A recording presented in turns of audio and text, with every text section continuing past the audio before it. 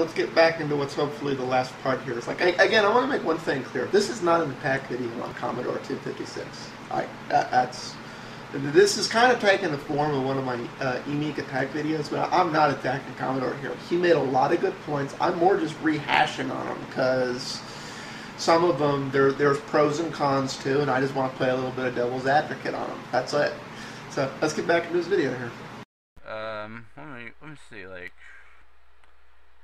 a good replacement for XOR that doesn't suck. Good native games. I heard Steam is coming for Linux. That's pretty damn good, but why? This isn't exactly a viable market, but we did donate. The community did donate a lot to that special deal. Like on average, like the Linux user donated more money than the average Windows or Mac user. I forgot what donation that was, but it was like you would pay what you want for like for 5 games, and then whatever you wanted, and then you would get those games, and it would be all for charity. And I think 3 of those games went completely open source, or are going to real soon. Okay, I gotta bite on him a little bit there. I'll tell you why. Because Linux is a perfectly viable market for gaming. And I know this is entirely counterintuitive. Like, here's the thing. Traditionally speaking, this has been the logic behind Linux. Linux users don't want to pay for software. They want free software. No, we don't want to pay for software that we can get free. Historically, this has been the kind of test you get to see whether or not somebody will pay for Linux software. A company like Nero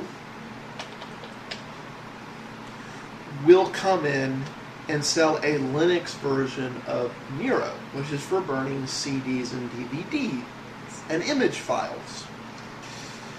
Nero does less, like the basic version of Nero does less than K3B, which is a free and entirely open source CD, DVD, image, and burning tool. And Linux users look at things like this and go, what do you think, we're stoned?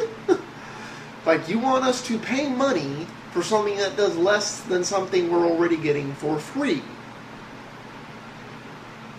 I think a much better test of whether or not Linux users will pay for stuff, and by the way, there's a lot of Linux software that's paid, and it ain't cheap. It's somewhere between 5 and 25 grand, and all of this software sells regularly pretty well. It's true pro software. Linux users are more willing to pay for this stuff if they're doing the type of tasks that need this stuff. So I think the 2 best challenges for whether or not Linux users will pay for stuff is, one is games, and I would argue, because for the most part Linux users are geekier, even today, that a lot of them are probably gamers. Initially, when Steam goes out, do I think we're going to see a huge surge in games? No, because most of them have been already owned the games, but I think you'll see an increase of the Steam purchased games. It'll be noticeable. How much that's going to be Mac users and how much that's going to be Linux users is anyone's guess at this point, but no. And the reason I say this is because this is not something they can get through a free alternative. And they're willing to pay money on the games. As a matter of fact, the way I look at it is the money I saved not buying Windows is money I can spend on more software and more hardware. Another good test would be something like Photoshop, because I guarantee you there's a lot of people using versions of the CS Suite and Photoshop and other things on Linux that they're using it in a virtual machine running Windows. And if a future release of Adobe's Creative Suite were to come out and say, well, we're going to run we're going to have a native Linux version, these professionals would react and go, thank you, Adobe. I don't have to spend $150 plus on Windows now. to run your software. Thank you. That would be the reaction to that. And then they'd start buying those. So it's not that they're not going to buy software, and I kind of get annoyed that people take this reaction. It's that they're not willing to pay for something they already get for free. Content, games, things like that. Yeah, people are willing to go for. Because, I mean, when it comes to the type of games that are on the stream, you buy those for the multiplayer aspect. Which, even if you've stolen the game, and there are ways to do that, it's not going to work on the free open servers that everyone else is on, without certain hacks, which I don't condone and I'm not going to talk about here. So, yeah, I think it's a perfectly viable market. Let's get back to the video. Oh yeah, another weird thing about Linux is that Mark Shuttleworth wants to be Steve Jobs. You know, in the next Ubuntu Maverick Meerkat, I heard that they're going to include a global menu by default. If you do not know what that is, that's the Mac menu that you all know and love. I bet you if this keeps up, the next LTS will have a dock.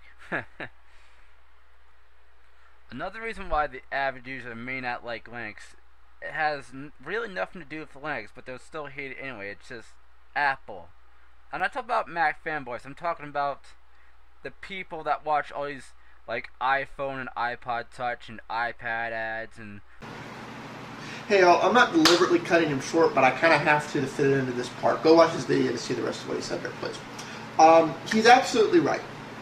And this has nothing to do with Linux. This has everything to do with Apple's anti-Linux campaign.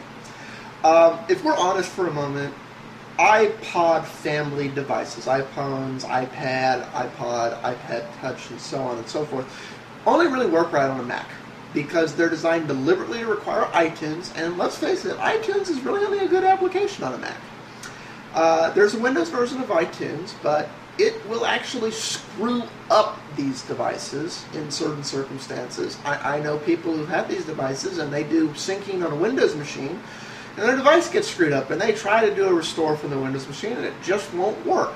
What they wind up having to do is go find somebody who has a Mac, plug their device into the Mac, and do a Mac version of iTunes Sync, and then the device works again. I think this is a deliberate design flaw because they want you to buy a Mac. This is part of why I went the Android route on that stuff, so I'm like, it works the same on all three platforms. It doesn't work with iTunes, but there are applications that are open source that work on Windows, Mac, or Linux.